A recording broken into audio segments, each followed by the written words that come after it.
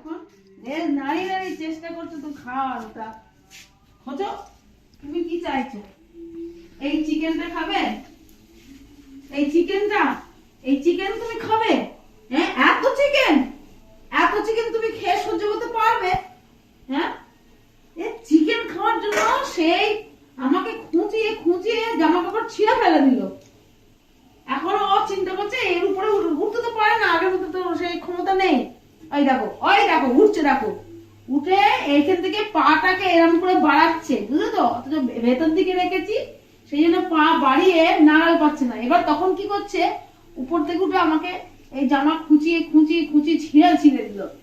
উনি এখন এই খাবেন, এই রান্নাঘর কিচেন ছাড়ছে না চিকেন খাওয়ার জন্য, কিচেন ছাড়ছে না চিকেন খাওয়ার জন্য।